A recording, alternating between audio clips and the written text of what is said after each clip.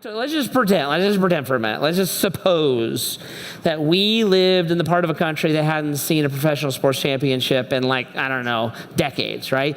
And let's suppose that I started to prophesy about 31 years ago into the future about a deliverer. And I said, I gave you description. He will be born in Akron, right? And he will live here and he will raise up and he will be a child prodigy. And people all around the world will know about him, and he will be of sports, and he will have a basketball in his hand, and he will be, and not only that, right? Just when you see this all happen, this is the deliverer. Not only that, he will migrate to a city in the north by the Great Lake, but then leave for a while and go to the south, but then come to his senses and come home and triumph, and he will take on the great Satan from the west, and over a 7-period battle, when he seems defeated, he will come back and he will conquer in historical fashion. Who's the Messiah? And it's LeBron, right? Everybody,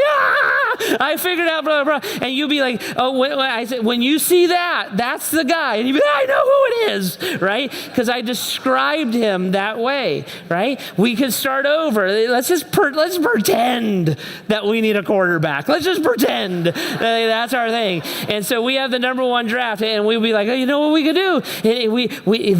There will be a guy, and he will have a strong arm, and he will be accurate and fast and strong because he must play without an offensive line. And so he must, right? And so that's how we would describe it. Like, oh, if there was a guy like that, if he could do everything, that's our deliverer. So it fascinates me when the prophets are describing the Messiah promised in the Old Testament.